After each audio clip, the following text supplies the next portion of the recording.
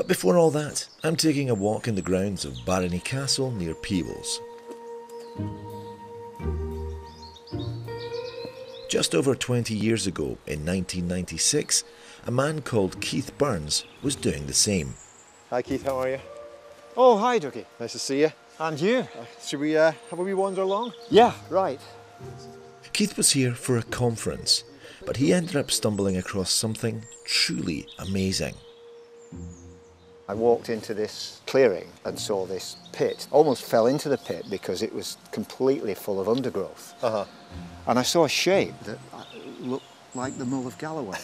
But I thought, well, if that's the Mull of Galloway, there'll be the Clyde coast. And it seemed to be in the right position for the Clyde coast. Yeah. Turned left, thinking, well, Aaron should be there. Aaron should be there. And there I found it was Aaron. there? Yeah. Yes, yeah. What Keith had discovered was an abandoned, overgrown, three-dimensional model of Scotland. He spent the last 20 years restoring it and has just finished. But why was it even here in the first place? There are all sorts of stories about the map that we had to unravel. Yeah. What we eventually discovered over a number of years was that after the war, there were thousands of Poles who couldn't go back to Poland, of course, and they settled in Scotland. One of them was a guy called Jan Tomaszek.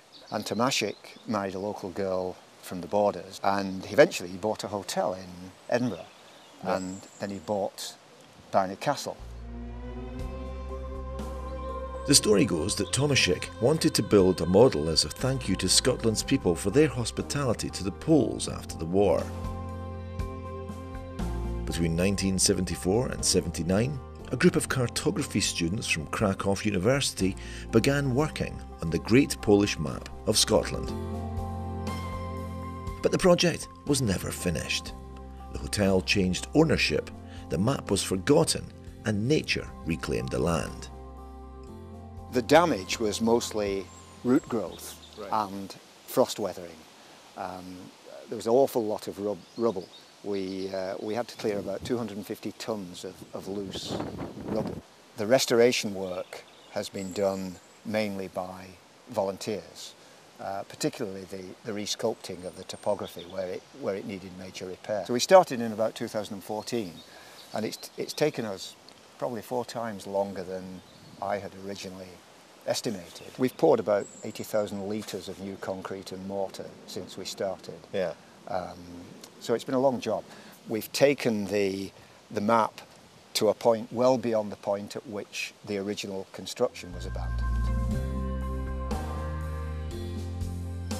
So I'm getting a real treat today because I'm getting to walk across here and people won't be allowed to do this, but this is Loch Lomond here, isn't it?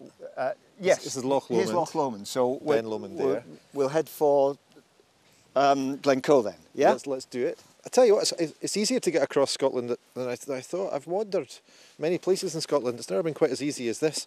Right. How bizarre is this? Here's Glen Etive and Glencoe, and you recognise Kinlochleven, the Mamors. Yep. Ben Nevis. There's the Ben, yes. I love this. Remember that the vertical scale is exaggerated 5 times compared with the horizontal scale. All right. And that was a standard technique when you're making for relief maps. Relief models. Okay. Yeah. And to appreciate that scaling, we head south to the higher ground. Where we're standing, our eye level at the scale of the map, we're looking down on Scotland from an altitude of 45,000 metres. 45,000 which is a fair bit higher than you are in a civil aircraft. Yeah. So that's what you'd see from space. Absolutely, yeah.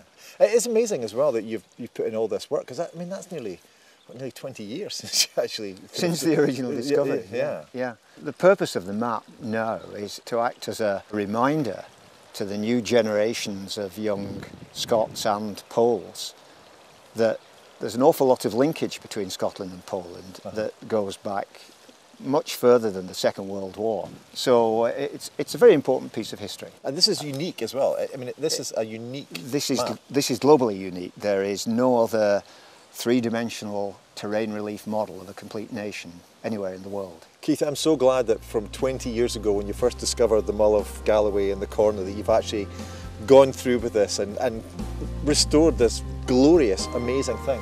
Great effort, well done. It's been quite a big job. And it's also handy to show us where Arlene is next.